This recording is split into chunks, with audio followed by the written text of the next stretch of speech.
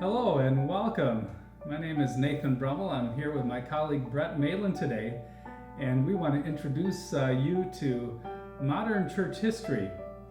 In our prison campuses, we offer a class on modern church history from 1600 AD to 2000 AD, and today what we want to do is introduce you to this topic.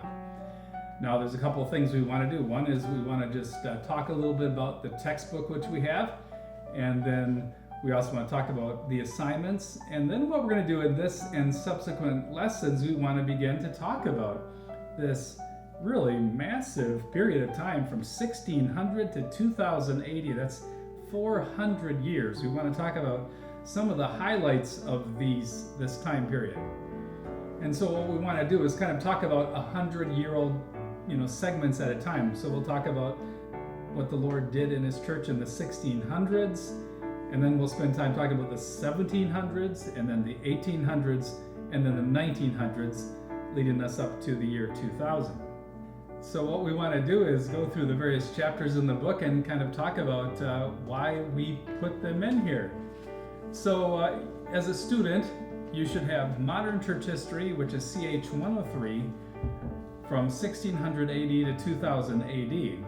And this is the curriculum you should have.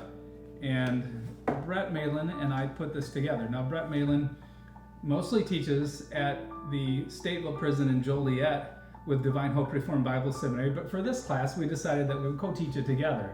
And so we worked on putting this textbook together with its readings, and we're also both working on lectures. So I've put together already a number of lectures on people like Jonathan Edwards or Abraham Kuyper, and Brett is putting together some lectures on, for example, the Westminster Assembly and other topics as well.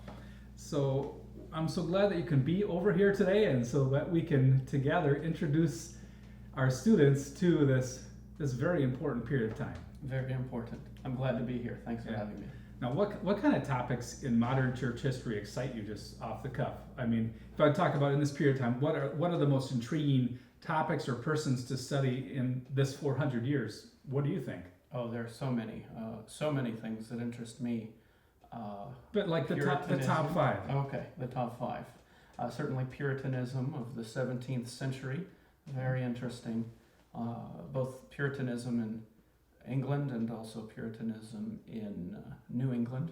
Mm-hmm. Very much appreciate that. Moving ahead to the 20th century, I love to read about things that were contemporary with people we knew, including things like the modernist fundamentalist controversy and the creation or founding of the Orthodox Presbyterian Church. All right, so he's a minister in the Orthodox Presbyterian Church, so he's going to kind of lead us in talking about the history of Presbyterianism. And since I'm a minister in a Reformed church, I'll kind of lead a discussion on some matters connected to the Reformed churches. Mm-hmm. Now, in the book that we have here, there are a number of chapters. There's 20 chapters in this book here. And Brett, why don't you talk about some of the earlier chapters, which you are the person who kind of recommended and provided material for it? Why did you include, for example, in chapter 1, Lancelot Andrewes? So Lancelot Andrewes is a man who was a poet, a linguist. He was a Bible translator, one of the main translators of the King James Bible. Since we begin our church history in 1600 here, we understand that the King James Bible is commissioned in 1603, and then it is completed in 1611. Oftentimes we don't know anything about the people who put this together, neither King James himself nor the translators. And when we don't know such things, oftentimes we'll come up with lies or myths or half-truths about different people, and that is not helpful. What's helpful is to actually know the truth. So say Lancelot Andrewes, a very, very gifted man, a man who also had a great piety. So he was one who would spend 5 hours a day in prayer. And I think when we think of spirituality in our time, when you talk to a lot of people, they'll talk as if there are the ones who have doctrinal knowledge or biblical knowledge, and on the other hand, there are those who are spiritual. And I think that's a false dichotomy and a false divide. Here's one who would spend around 5 hours a day in prayer, yet he was a scholar's scholar, one who at his death and at his funeral, they were able to say he was quite competent in 15 modern languages at the time. Wow. And also able in the ancient languages as well. So what I want to see is this was a time of great piety, but it was also a time of great scholarship and of learning and of understanding the languages. And he was just an incredible person. And some people read his poetry even into today. Oh yeah. So I see you also included another Bible translator, correct? So John Boyce also worked on the King James Version too, I assume. He did, yes. He's quite well known as well. What I want people to see is that this was quite a time. Quite a time for Bible teachers and linguists and people like that. I mean, John Boyce, he actually, as I understand, had read the whole Hebrew Old Testament at the age of 6.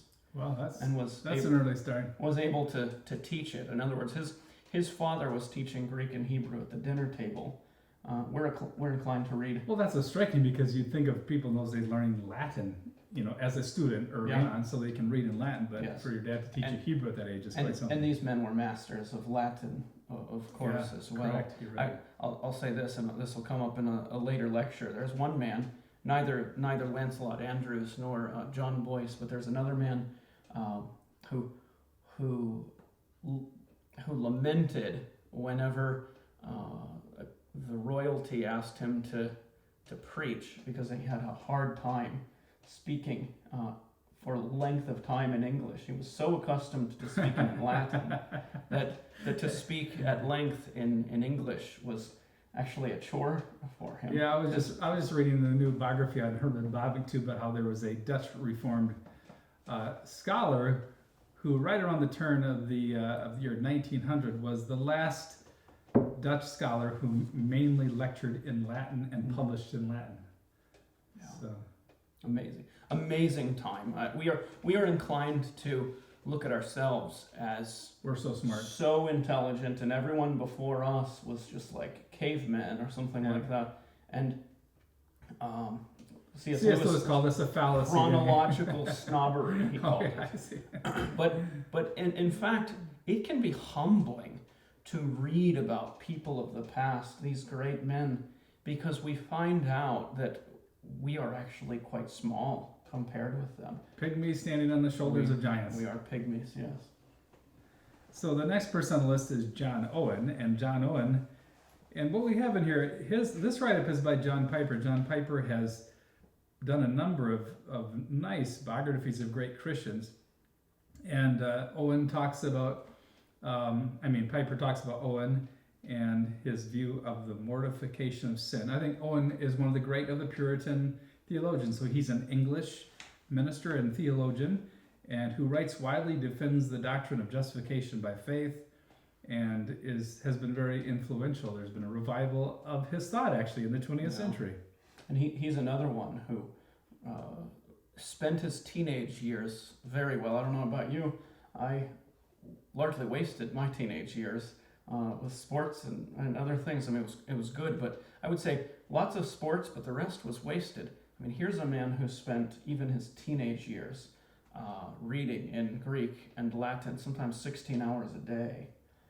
Incredible intellect. So let's not waste our time. In fact, don't waste our time. What a great sin. We're going to see when we look at Jonathan Edwards' life too. Jonathan Edwards doesn't want to waste his own life. He is very keen about, redeeming every moment and any time he can to do fruitful work. So the next person, chapter 4, that you as students will be learning about is Samuel Rutherford. Now, one time I was in a book group and we read through some of Rutherford's letters. Why did you want to include Mr. Rutherford in here? Couple of reasons. He is one of the most well-known and important Puritans, very much a theologian, very much a pious man. He was one who was always talking about Jesus, often in prayer, wrote great theological tomes, but also one of the things that he's most famous for, and I have a sampling for us in this book, and a sampling for the students, is some of his letters. Obviously, this was a time when if you were on the opposite side of the king or the queen religiously, you might find yourself in prison. And so some of the most famous writings of Samuel Rutherford are his letters, where he writes from prison, and he writes heartfelt letters comforting people who are dying, who have lost spouses and children, and that sort of thing, always pointing people to the Lord Jesus, and always causing people to look to the age to come and the passing away of this present evil age. And it seems to me it's relevant for those who would find themselves in prison to make use of every moment there. Well, and the whole issue of writing. I think that Writing. you, my students, yes, may the art of letter writing not be lost among you. It's lost out here. And use your abilities to write to people on the outside. Yes, talk to them on the telephone too. And thankfully, most of the time lately, calling on the telephone has been something that's cheaper and more easily done. But write people and share the gospel and comfort them through the written word too. Well, the next thing you'll see that in chapters 5 and 6, we have selections from the Westminster Confession of Faith and then a write-up about the Westminster Assembly. Now, you'll notice that you don't have anything here about the Synod of Dort. We'll be talking about the Synod of Dort, and that was a famous international synod held in the Netherlands in the early 1600s. Later on in the 1600s, the Westminster Assembly met in England. And maybe you could just say a few words, because you're going to have a talk about this, right? Why did you include this in here? Really, it is the high point of Puritanism. It seems to me really a high point for Protestantism. Great minds, about 107 men brought together for 6 years to hammer out some theological and practical issues. And really, I would say everything that came before, Protestant-wise, was considered, and great men. Again, much like Lancelot Andrewes, John Boyce, a lot like John Owen, of course, Samuel Rutherford was there. I mean, these were incredible times with incredible men with giant minds, but also a piety that goes along with it.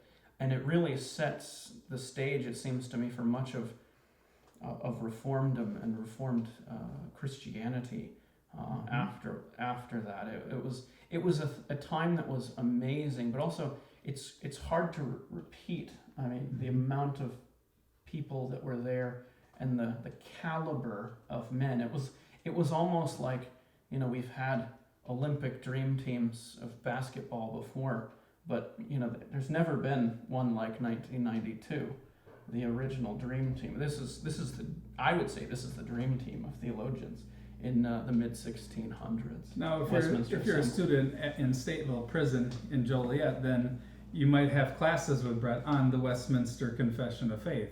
Whereas if you're at the other campuses, you would be having classes on the Heidelberg Catechism and on the Canons of Dort and perhaps on the Belgic Confession of Faith as well. Now, the next chapter, 7, is on John Lightfoot. What should people learn from John Lightfoot's life? A couple of things for John Lightfoot. I have a personal interest in him, but here's what you should understand. He's just one of the men who was part of the Westminster Assembly. He was the chief Hebraist of the Westminster Assembly. He was a pastor. Of course, he was part of the Church of England at the time. And he found a layman who knew Hebrew. And of course, John Lightfoot himself, new to ministry, knew Latin very well, knew Greek inside and out. But here's a layman who challenged him to know Hebrew. So he put himself to work learning Hebrew. And he became the chief Hebraist of all of England, and went on to get into the Hebrew and began to read rabbinical writings that no one had ever read, no Gentile had read, and was able to discern things that the Jews really didn't talk about outside. I mean, even talking about places, people and places that weren't known to Gentiles. He brings that out. He wrote, basically, his works are 13 volumes, incredible stuff. But also, he doesn't get a lot of radio airtime like some of the other, say, Presbyterians and Reformed people of that time. As a Presbyterian, a lot of us do focus on the Presbyterian. There are about 6 Presbyterians, like real hardcore Presbyterians who are called down from Scotland. He's not one of them, so he doesn't get as much time. So you want him to have some more press. A little bit more press. Also this, which something that's fascinating about him is he was one who believed the Word of God very strongly, and he was often the lone voice in a lot of the debates and a lot of the votes. He was the one who held certain views, and I don't think we even need to agree with him on all of them, but sometimes when we know that we're standing upon the Word of God, sometimes we stand alone, even amongst our brothers and sisters.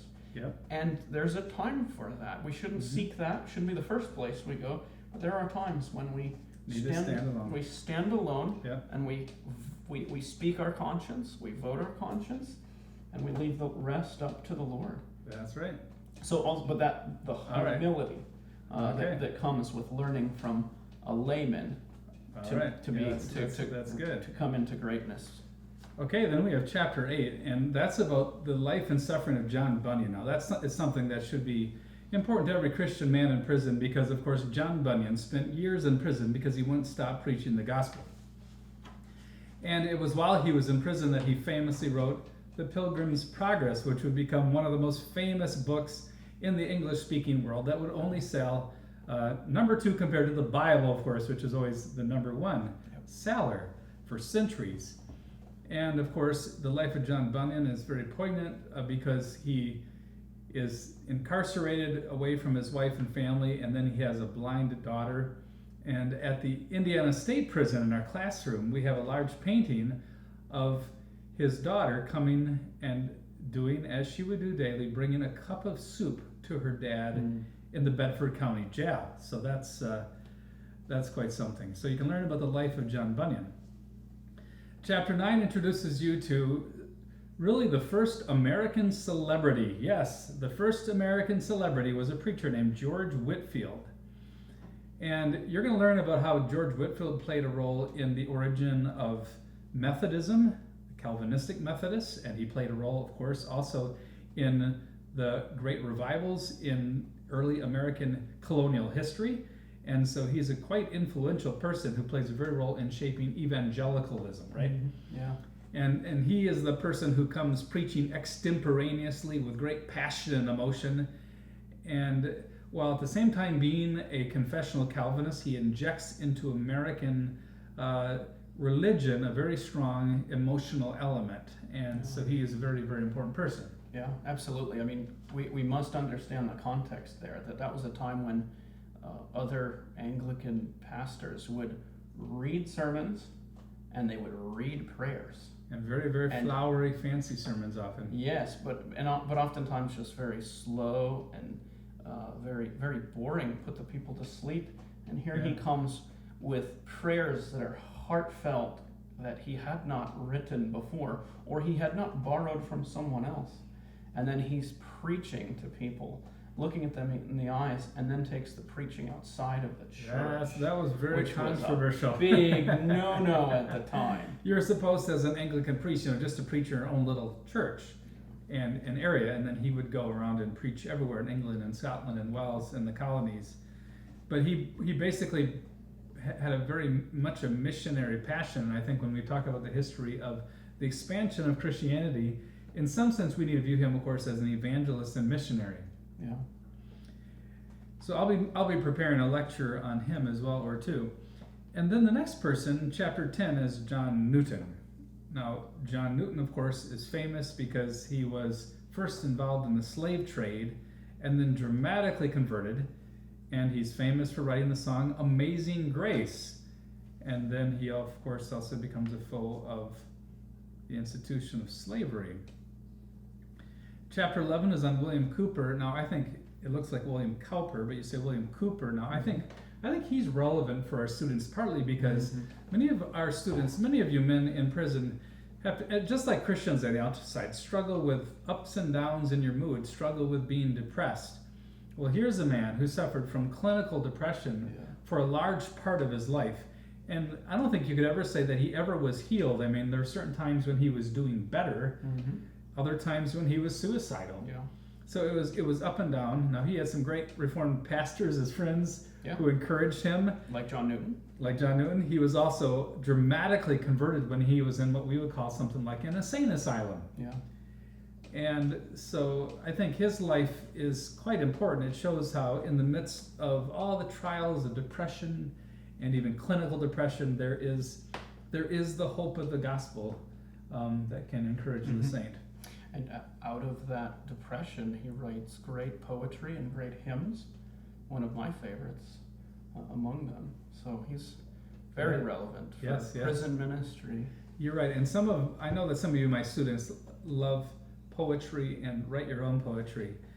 So in the past, I brought in some books of Cooper so that people could read his poetry too. The next person is chapter 12 is William Wilberforce. Now, William Wilberforce was not a minister. Many of the people we've been talking about here are people who were ministers or theologians. William Wilberforce, of course, is famous for being a British politician who's an evangelical Christian who fights against the institution of slavery. Yeah. And I think that's his great significance, is that he relentlessly gave himself to the fight against the institution of slavery and the British support of the trade, which led, of course, to the British Empire making it illegal, and their ships and their navy playing a role in stopping the slave trade from Africa. So that's great. England beat us to the punch there. Yeah, the United States to it. Yeah, it's very sad that they did. A number of decades earlier. Yeah.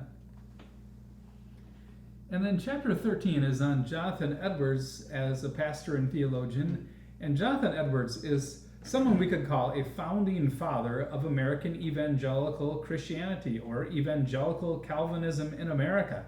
And I've got a number of series of talks, of lectures on Jonathan Edwards, and so I'm not going to say a whole lot more about him because you will be able to read or listen to those various talks. I've also included in chapters 14, 15, and 16 some writings of Jonathan Edwards. So in chapter 14, you're going to be able to read one of his famous sermons called The Divine and Supernatural Light, in which you'll get a sense of the splendor and the power of Jonathan Edwards' preaching and communication about God and his glory. And following this chapter, like all the rest of the chapters here, we have discussion questions, and so we want you to answer those discussion questions with, I always tell my students, I want complete answers and in complete sentences. So I'll emphasize that a little later on again, but we want complete sentences and complete answers. I've given you enough space after the answer. I think that if you write in a small enough way, you can fill in the answer. So here too, there are some answers or some questions to help you respond to this famous sermon. And then I have what is probably the most famous sermon, which is Sinners in the Hands of an Angry God, chapter 15.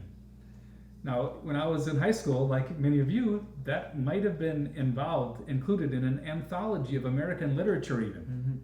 Most famous sermon ever preached in North America. Probably.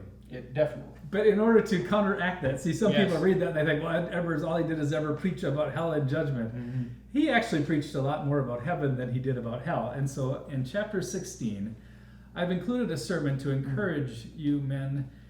It's called Heaven, a World of Love. And what a magnificent sermon. How he emphasizes that the place that is our destination, the celestial city, the heavenly city, is a land, a world of love. Actually, just the thought of Heaven, a World of Love, that sermon, which is very long, is an incredible sermon. It just, the thought of it just gives me the chills. It so warms my heart. I think it's a great thing that you'll have the counterbalance of Heaven, a World with Love, with sinners in the hands of an angry God. You're right, yeah. And then chapter 17 is about Charles Spurgeon. Now, Charles Spurgeon was just an astonishing preacher in England in the Victorian era, that is, in the middle part of the 1800s to the later part of that century. An astonishing preacher who had a huge impact. And what's so striking about him is that he combines two things. One, his great love for the sovereignty of God and salvation. In other words, he teaches the doctrines of Calvinism, which he says are the teachings of the Bible, and his evangelistic fervor. And that's something we see really too in the modern missionary movement, this connection between God's supremacy in salvation and then the passion of missionaries to bring the gospel to the nations. And then following that, I have a chapter in John Charles Ryle, who was a bishop in the Anglican Church, and yet he was unique in that he was he was confessional and he was evangelical. He was reformed. So that's, even though the articles of the 39 articles of the Anglican Church are actually reformed, for centuries most of the bishops and priests had not held to those teachings. Now the title of this talk is The Frank and Manly Mr. Ryle, which is Piper's talk on him. And what I like about the fact is that Piper wants us to see that there are men who are models of manhood and Christian manhood, and that's what we need. We do not need girly men in the pulpits. Now that might be a controversial phrase, but the point is we want men who have true biblical masculinity. Yes. And then chapter 19 is on J. Gresham Machen and his response to modernism. Now I hope you're going to give a talk on Machen at some point. That's my plan, yep. We're running out of time here almost with this talk, but could you just say a few things about Machen very briefly? J. Gresham Machen, great man, great New Testament scholar. He just was a wonderful preacher and teacher. Got into some controversy when the liberals began to oppose those who believed the Bible. And so I'm looking forward to explaining some of that controversy. We don't enjoy or delight in controversy, but a lot of good often does come out of controversy, including Westminster Seminary, which he founded, and also the Orthodox Presbyterian Church, having previously taught at Princeton. We're running out of time though here, so you're going to have to talk about that later to them. Now the last chapter is on Eugene Callender, and why did you include him here? So Eugene Callender is one of the students who graduated from Westminster Seminary. I think he graduated in 1950. He was an African-American man, and he attended there, graduated in 1950. So that means that he would have begun probably 1947. And this is before civil rights, those sorts of things. And he chose to go to Westminster Seminary. And a lot of good things in his life. God really blessed him. And he went on to preach and to teach, to work in the CRC, actually, and also to do some civil rights work. Okay, so this is kind of an introduction to our textbook and the various chapters.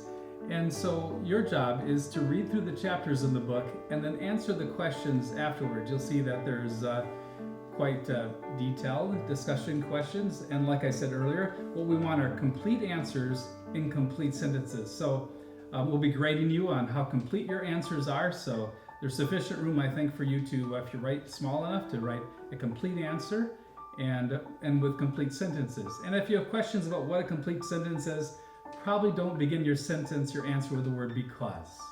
Then you're often getting mistakes. Or ask someone else for help.